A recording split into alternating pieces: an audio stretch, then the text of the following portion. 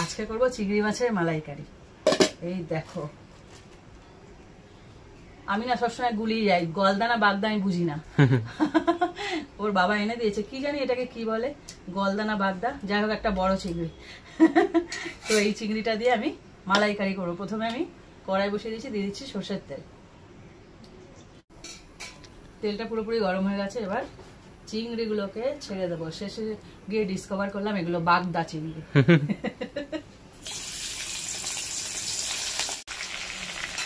মাছটা খুব ভালো করে ভেজে নিয়েছি, এবার একটা পাত্রে তুলে নেব। এর মধ্যে আমি পেঁয়াজ, রসুন, হালকা রসুন অল্প দিয়েছি, টমেটো, কাঁচা লঙ্কা, আদা সব একসাথে পেস্ট করে নিয়েছি। এই পেস্টটা এর মধ্যে দিয়ে দেবো। একে একে সমস্ত মশলাগুলো দিয়ে দেবো। দিচ্ছি হলুদ গুঁড়ো,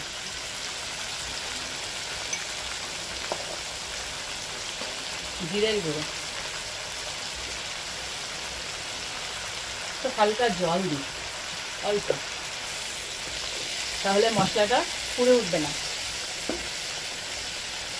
একটু লঙ্কার গুঁড়ো, এটা ঝাল লঙ্কার গুঁড়ো আছে। যেহেতু মালাইকারি একটু মিষ্টি মিষ্টি হয়, তাই লঙ্কার পরিমাণটা খুব সামান্য দেবে, সেই বুঝে দেবে। যদি ঝাল খাও, সাধারণত ঝাল হয় না। আর দিয়ে দিচ্ছি কাশ্মীরি লঙ্কার গুঁড়ো, এটা কালারের জন্য। খুব ভালো করে একটু কষিয়ে নেব। দেখো কষানো হয়ে গেছে, এইবার দিয়ে দেবো লবণ।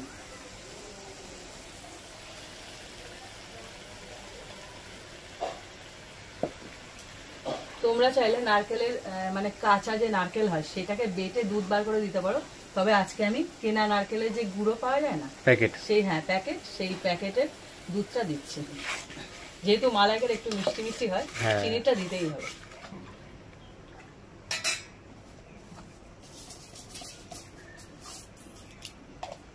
আর ফ্লেভারের জন্য দিয়ে দিচ্ছি গরম মশলা।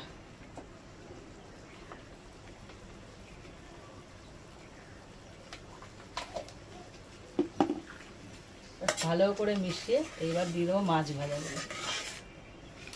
চলে গেল একটু মানে কি বলতো, গা মাখা মাখা একটা গ্রেভি থাকবে, একদম শুকনো হবে না। একদম শুকনো হলে সবার পাতে কি করবে, জামাই খাওয়ার পর তো সবাই খাবে, শুধু জামাই তো খাবে না, সবাই খাবে।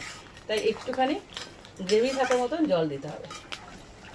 দেখো একটু নারকেলের দুধ দেওয়ার পর একটুখানি কষিয়ে নিলাম, এইবার দিয়ে দিচ্ছি জল। খুব বেশিও না, আবার একদম কমও না। দেখো কমপ্লিট হয়ে গেল মালাইকারি।